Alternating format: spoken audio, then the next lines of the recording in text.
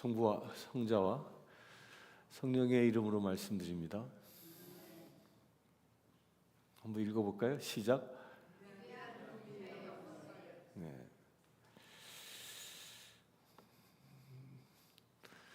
제2차 세계대전이 일어나던 그때에 네덜란드에 코리 텐 붐이라는 한 여성이 살고 있었습니다.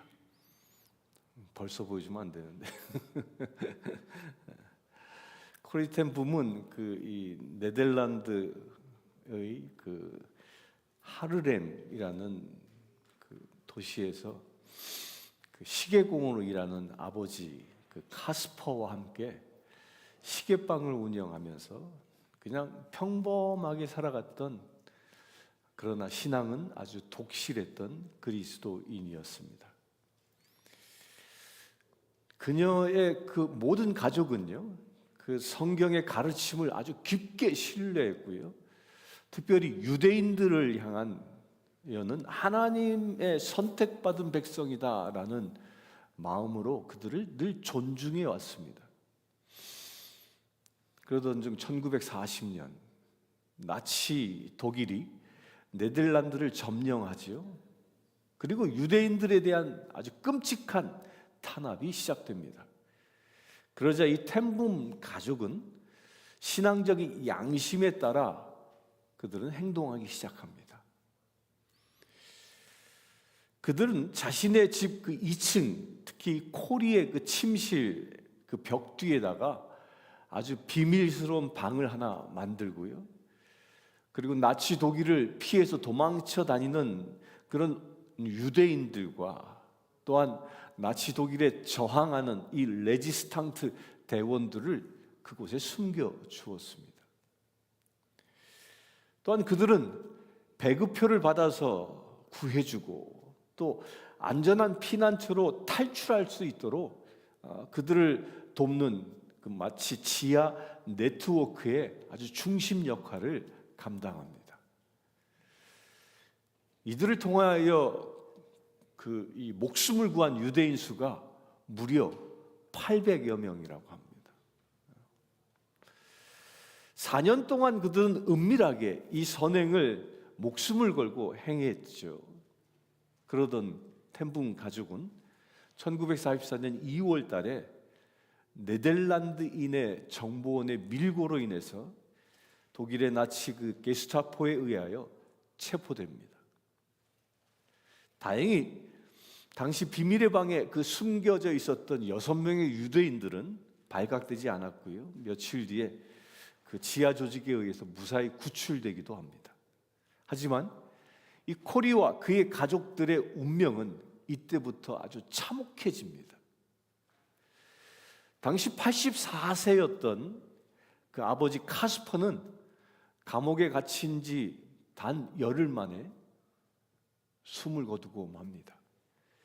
그리고 코리와 그녀의 언니 베시는 당시 가장 악명 높았던 독일의 라벤스부리크라는 그런 여성 강제 수용소에 갇히게 됩니다. 이 라벤스부리크는요, 아주 혹독한 강제 노동과 또한 먹을 것을 주지 않아서 영양실조와 전염병, 그리고 끊임없는 구타와 가스실의 공포로 그 공포가 지배되는 아주 암울한 곳이었습니다. 그러나 이 코리와 그의 언니 베시는 절대 절망하지 않았다고 합니다. 코리는 몸을 수색당하는 그 과정에서 아주 기적적으로 이 작은 네덜란드어로 되어진 성경을 들키지 않고 그 수용소 안에 가지고 들어갔었습니다. 그것은 벼룩이 들끓는 아주 더러운 막사였습니다. 그러나 그 안에서 이 두 자매는 그 작은 성경을 꺼내놓고 밤마다 이 성경을 읽으며 기도회를 시작했습니다. 처음에는 이 두 자매의 작은 속삭임으로 이 기도회가 시작되어졌지만 나중에는 독일어로, 라틴어로, 러시아어로 그렇게 다양한 언어로 통역되면서 그 수용소 안에 갇힌 그 많은 여성들에게 살아가야 할 소망을 주는 그런 영적 피난처가 됩니다. 언니 배 씨는 수용소의 그 열악한 환경 속에서 결국은 나이 59세에 그 나이에 숨을 거두고 맙니다. 그러나 그녀가 죽기 전 마지막 남긴 그 말 한마디, 이 말 한마디는 훗날 이 코리의 삶을 이끌어가는 인생의 나침판과 같이 됩니다. 그게 무슨 말이냐면 세상에 하나님의 사랑이 미치지 못할 만큼 깊은 구렁텅이는 없다. 다시 한번 말씀드립니다. 세상에 하나님의 사랑이 미치지 못할 만큼 깊은 구렁텅이는 없다. 이것을 믿습니까? 배 씨가 죽고 난 며칠 후에 1944년 12월 말인데 이때 코리에게 놀라운 일이 일어납니다. 행정상의 이 서류 오류로 인해서 기적적으로 이 코리가 수용소에서 석방됩니다. 그녀가 석방된 지 단 일주일 뒤에 그녀와 같은 연령대에 있었던 여성 수감자들은 모두 그 수용소에서 가스실에서 모두 처형되고 맙니다. 그리고 전쟁이 끝난 후 이 코리는 언니와 나누었던 그 약속대로 상처받은 그 사람들을 치유하는 사역을 시작합니다.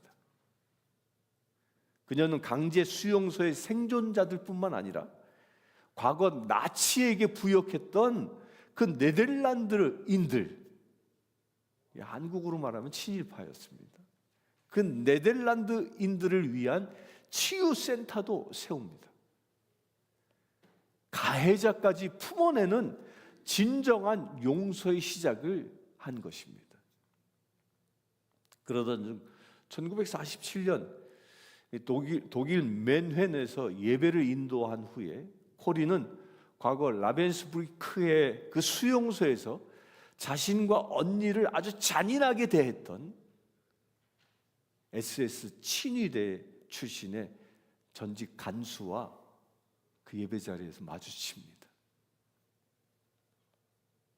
그는 코리에게 나는 회개하고 기독교인이 되었음을 고백하고요. 코리 앞에 용서를 구합니다.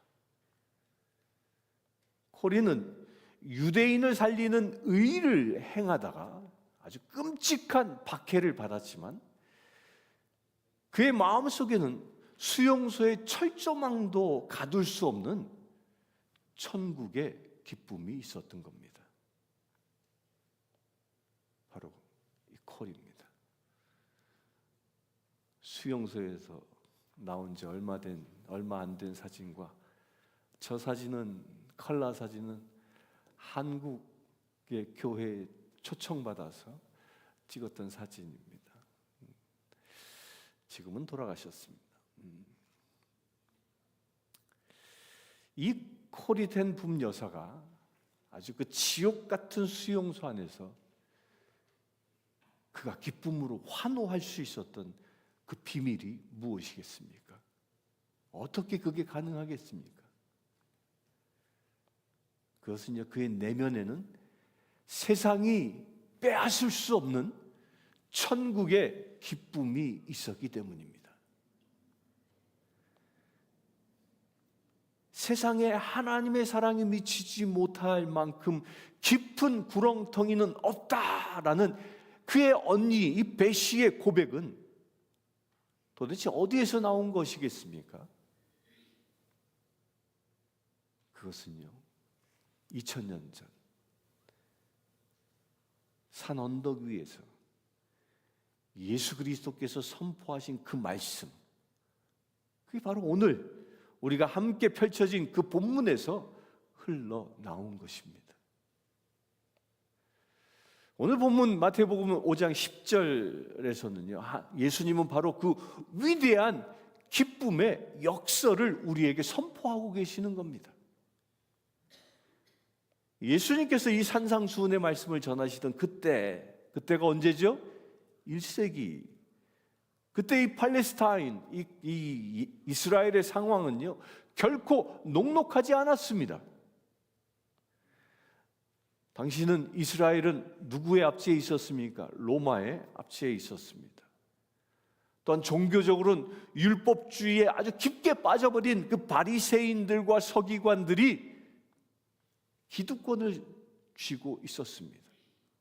이런 상황 속에서요, 마태복음이 쓰여진 그 시대에 예수님을 그리스도로 고백하는 그리고 따르는 초대 기독교의 그 공동체는요, 이중고를 겪었습니다. 유대교 회당에 가면 이단으로 몰려 출교당하고, 그리하여 그 유대인 사회에서 매장당합니다. 또 로마 제국으로부터는 황배 숭배를 거부한다라는 이유로 정치적인 핍박과 생명을 위협받는 그런 박해를 당합니다. 예수님은 제자들이 그렇게 앞으로 마주하게 될 현실이 세상에서는 성공과 환호가 아니라 오히려 조롱과 오해와 그리고 박해가 될 것임을 정확히 알고 계셨던 것입니다.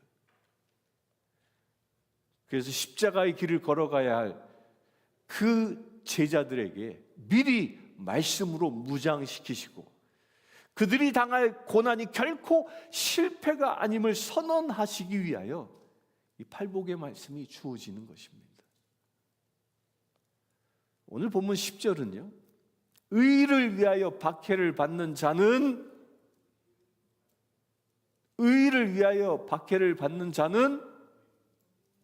뭐가 있습니까? 복이 있나니 천국이 그들의 것임이라. 뭐가 그들의 것? 천국이. 놀라운 선포를 합니다. 여기서 말하는 의는요, 세상이 말하는 도덕적인 흠결이 없는 상태나 그저 단순한 정의로움만을 의미하는 것이 아닙니다. 그 의미는 11절에 분명히 얘기합니다. 이 11절에 나로 말미암아 너희를 욕하고 박해할 때 복이 있다라고 말씀합니다. 따라서 의인은요, 무엇을 얘기해요? 예수 그리스도 자신이라는 거예요. 예수 그리스도의 자신이며 또한 하나님의 뜻에 철저히 순종하는 삶을 뜻하는 것입니다. 의가 뭐예요? 예수 그리스도입니다. 의가 뭐예요? 하나님의 말씀에 순종하는 것입니다. 우리가 살면서 겪는 모든 고난은 고난당한다고 해서 그게 다 그러면 복이냐? 결코 그렇지 않습니다. 나의 어리석음, 나의 이기심, 나의 잘못된 성품 때문에 사람들에게 미움을 받고 갈등이 일어나고 그리하여 박해를 겪는다면 그건 당연한 결과입니다. 그러나 예수님이 말씀하시는 그 영광스러운 박해는요, 오직 예수를 닮아가려고 애쓰기 때문에, 다시 얘기합니다. 오직 예수를 닮아가려고 애쓰기 때문에 성경의 진리대로 살려고 발버둥치기 때문에 세상으로부터 받는 불이익과 그 핍박을 의미하는 겁니다.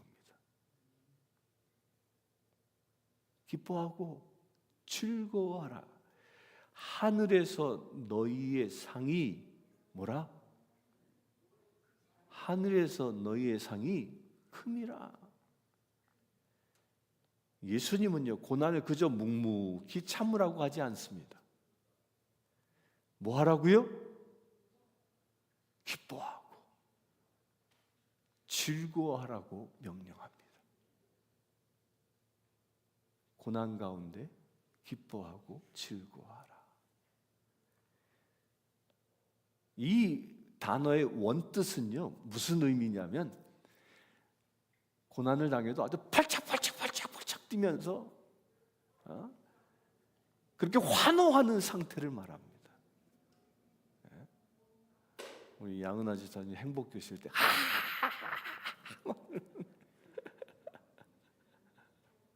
그런 상태. 고난이 닥쳐도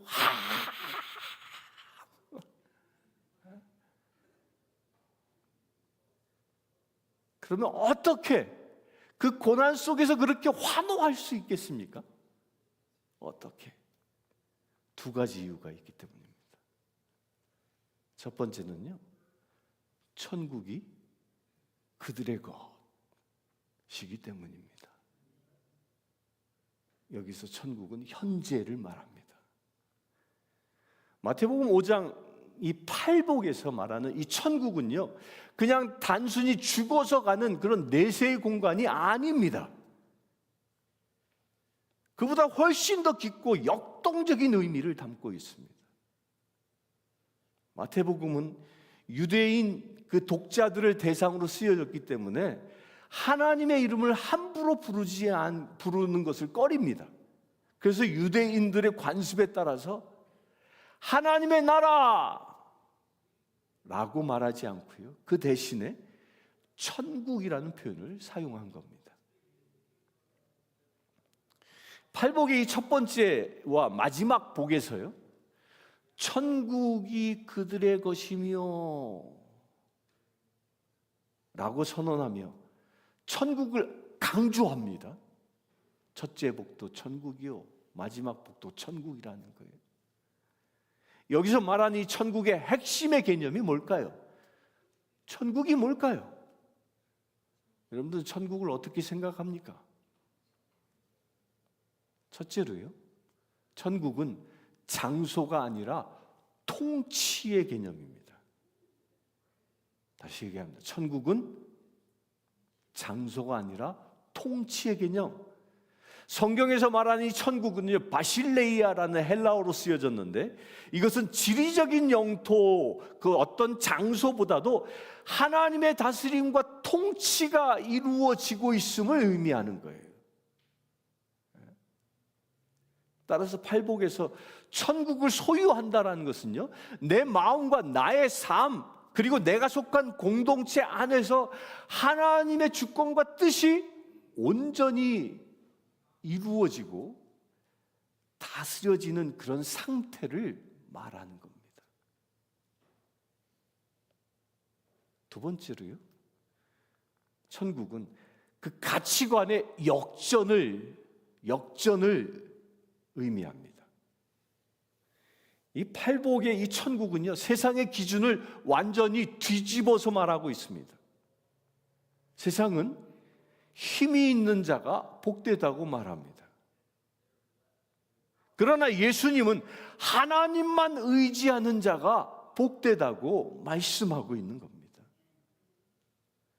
이는 천국이 인간의 공로로, 세상적인 힘으로 얻어지는 것이 결코 아니라 오히려 철저히 자신의 영적인 파산을 인정하고 하나님만 의지하는 자들에게 주어지는 은혜임을 보여줍니다.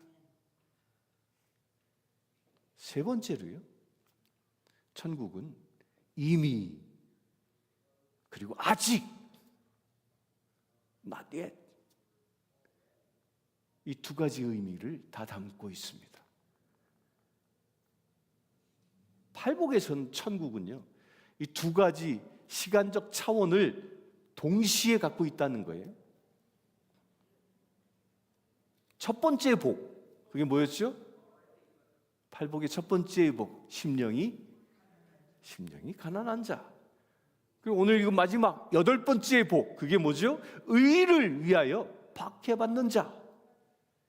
이것은 천국이 그들의 것이며 라고 현재형으로 쓰여지고 있다는 거예요.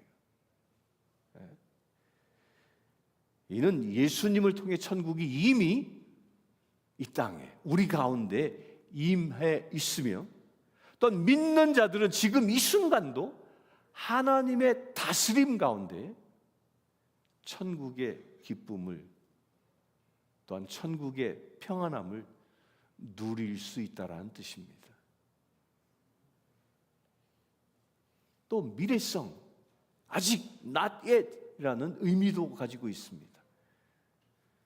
위로를 받는 것, 땅을 기업으로 받는 것, 하나님을 볼 것 등 이런 나머지 복들은요, 미래형으로 쓰여져 있고 미래형으로 약속되어져 있습니다. 이는 예수님이 다시 오실 때 완성될 영원하고 완전한 천국에 대한 소망을 의미하는 겁니다. 다시 생각합니다. 예수님이 다시 오실 때.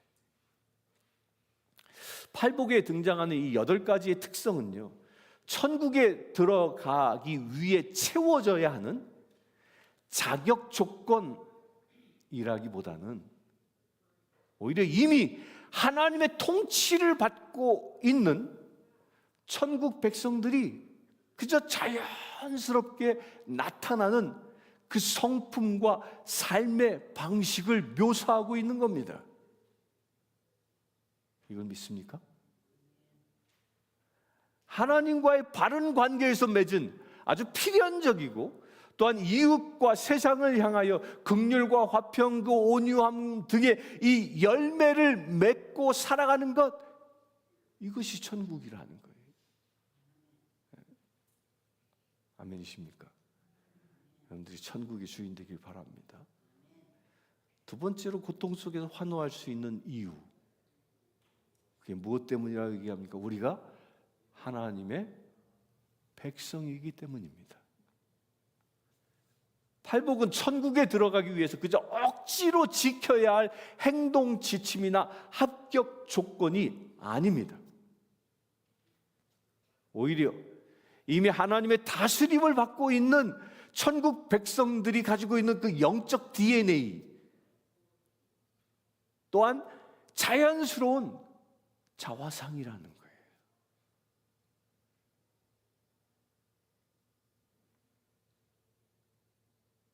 그렇다면 이 천국 백성의 정체성은 뭘까요? 무엇이 영적 DNA이고 무엇이 자연스러운 자화상일까요? 이것을 우리는 지난 2주간 동안 살펴보았습니다. 기억하십니까?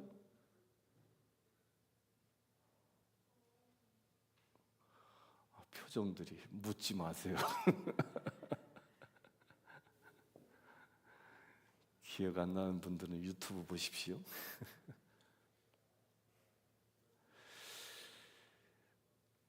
지난 2주간 동안 우리는요, 내 힘으로는 도저히 구원받을 수 없음을 깨닫고, 그리하여 심령이 가난하고 애통해야 하는 것, 내 힘으로 십자가 앞에 온전히, 나의 힘을 십자가 앞에 온전히 굴복시켜서 하나님의 뜻에 순복하는 그런 온유함을 가지는 것, 또한 세상의 성공이 아니라 하나님의 의를 간절히 갈망하는 것,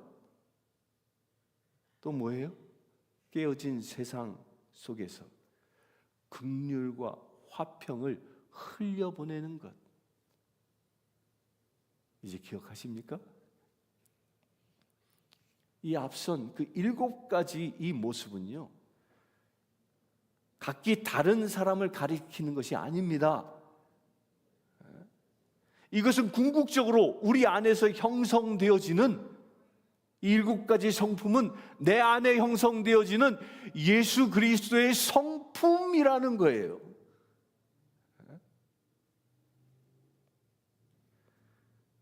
그래서 자신의 연약함을 인정하고 그 안에 하나님의 은혜로 채워져서 세상의 모든 영역에서 예수를 닮아가는 그런 사람들, 예수를 닮아가는 그런 사람들, 이런 사람들이 바로 하나님의 백성이라는 겁니다. 예수를 닮게 되길 바랍니다. 그런데 사랑하는 성도 여러분, 이렇게 예수님의 성품을 품고 세상 속에서 살아갈 때 필연적으로 마주하는 현실이 있습니다. 그것이 바로 오늘 예수님께서 강조하시는 마지막 복, 8번째 복인데요. 그게 뭐예요? 의를 위하여 박해를 받는 것을 말합니다. 놀라운 얘기입니다.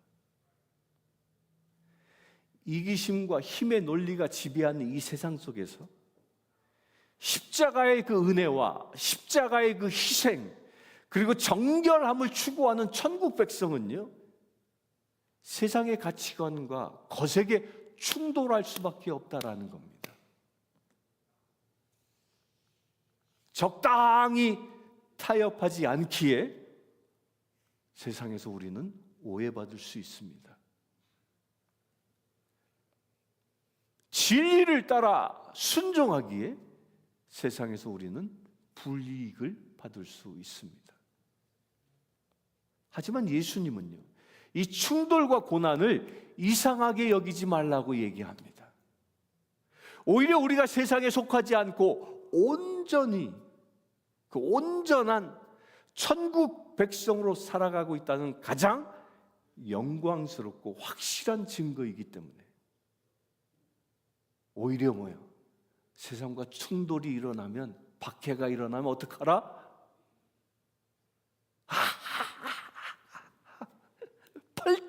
펄쩍 뛰면서 오히려 뭐하라? 기뻐하라.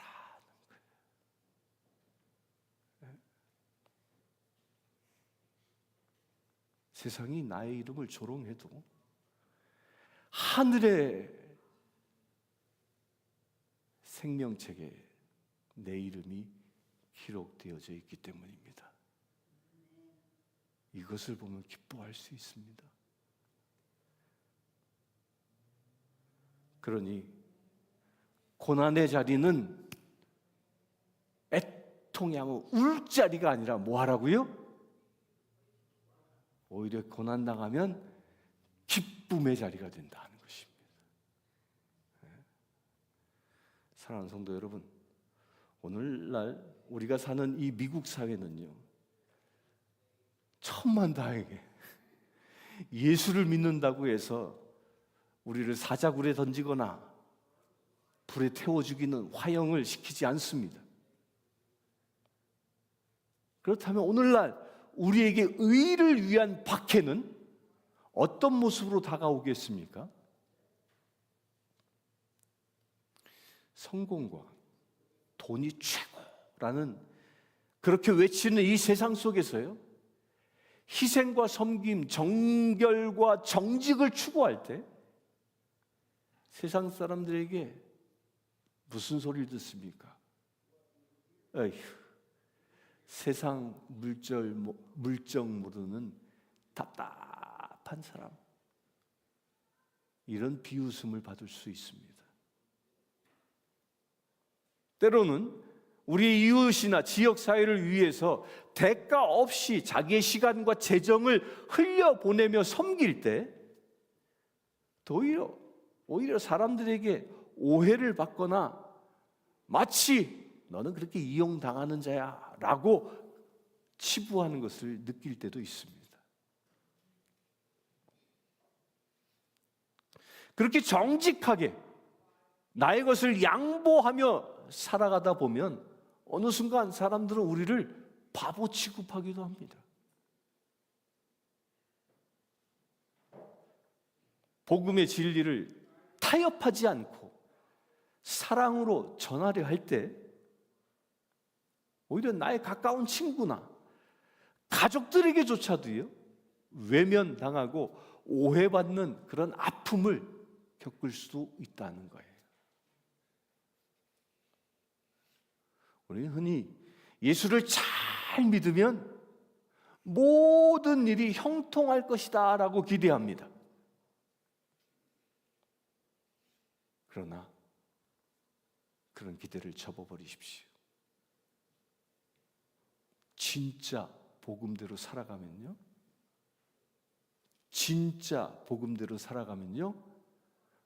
우리는 세상과 충돌할 수밖에 없습니다.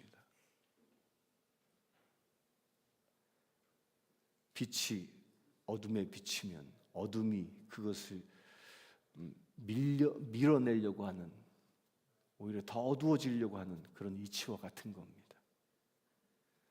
만약 우리의 신앙생활이 세상 사람들의 그 삶의 방식과 너무 잘 어울려서 오히려 아무런 마찰도 고민도 불이익도 없다면, 여러분들 지금 그렇게 살아가고 있다면 여러분들 스스로에게 질문해 봐야 합니다.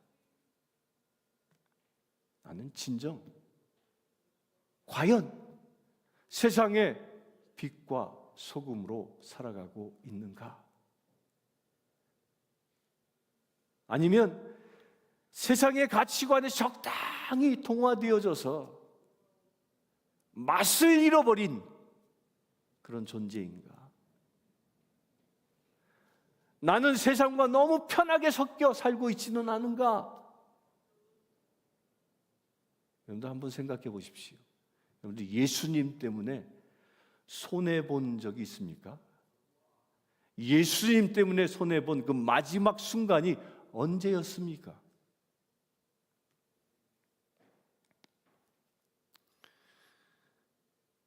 언제였습니까? 예수님 때문에. 사랑하는 성도 여러분, 코리텐붐 이 여사는 그가 수용소에서 기적적으로 살아남은 후에 전 세계를 다니면서 이렇게 증거합니다. 세상에 하나님의 사랑이 미치지 못할 만큼 깊은 구렁텅이는 없습니다. 그녀는 깊은 구렁텅이, 그 박해 가운데 있었지만 그 깊은 구렁텅이에서도 그는 천국을 경험한 것입니다. 세상은 돈과 권력 그리고 평안함을 얻는 자가 복이 있다라고 말합니다.